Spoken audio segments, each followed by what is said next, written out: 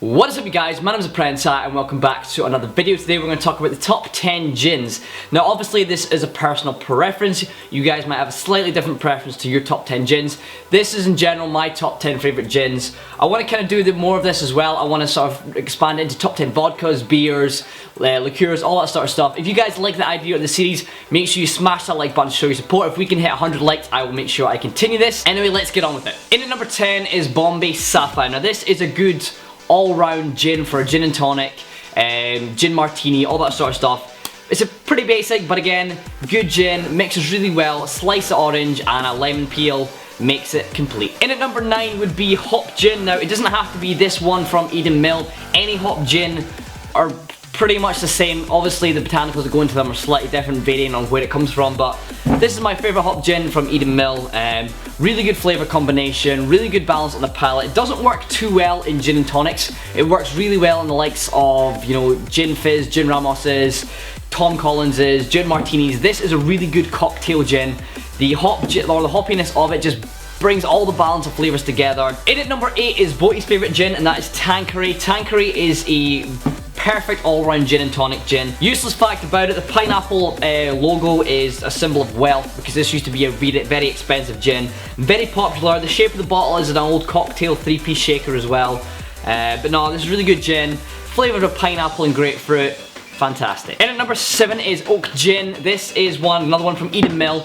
You can get other oak gins, but again, this is my favourite one. Mainly for the fact that it's local. I think local gins, or sort of locally brewed gins, are really good flavour. They kind of maybe taste better because they're, you know, they're from around you. The botanicals they come from the soil with the food you've eaten and stuff like that. But you know, oak gin is a good one. Again, it's a really perfect balance of a good gin for a gin and tonic, but then again, a really good gin for a cocktail gin.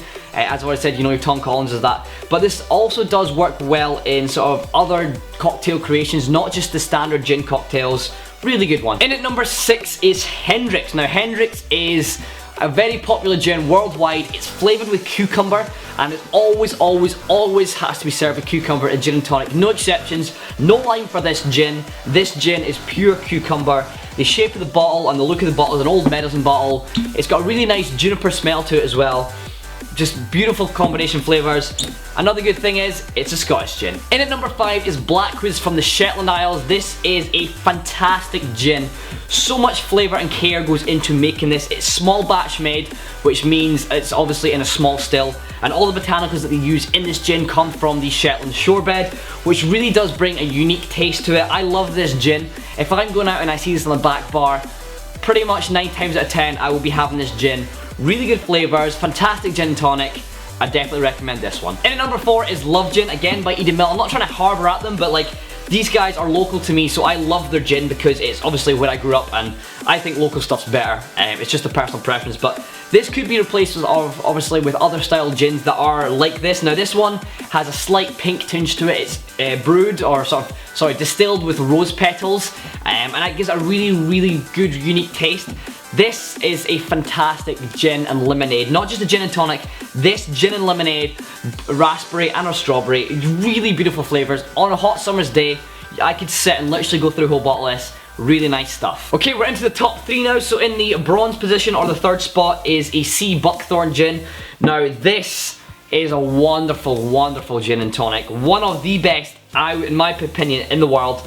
Any Sea Buckthorn gin has that beautiful balance on the palate, as well as the sort of the quinine and the juniper. It just brings everything together, that Sea Buckthorn in the gin. In the run-up spot is Caroon, a beautiful Scottish gin from the Isle of Islay. It's got 5 points to represent the 5 botanicals that are in it. All 5 botanicals are locally sourced from Scotland. It has rowan berries in it, it has heather, bog myrtle, dandelions, obviously you get them elsewhere, but dandelions in it as well, and then cool blush apple. These things in this gin just make it definitely my favourite gin and tonic. If it wasn't for the next gin that is slightly more well known, then this obviously would be my favourite gin, but you know, really good flavour, love it in a gin and tonic.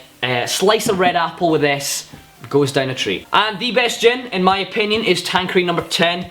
Known all over the world as the best gin, or it's made to be the best gin in the world. Similar to the Tanqueray, pineapple and grapefruit in it. but this is a lot more sweeter. It's made in a small batch as well, in a small still, which really does bring all that combinations of flavours together and really goes really well. Best gin ever. So that's it for today's video, folks. Hopefully you have enjoyed it, and if you have, feel free to smash a like button. It would be muchly and greatly appreciated. If you guys want to see more on this series and have any suggestions for what top 10s for next time, make sure you let me know in the comment section down below. Feel free to go check me out on Facebook, Twitter and Instagram. Links to them will be in the description. Other than that, guys, until next time, I've been ThePrenti, and I'll see y'all soon. Goal as a bartender is to have sex with every single member of the opposite sex, or the same sex, whatever you're into. I'm not going to judge.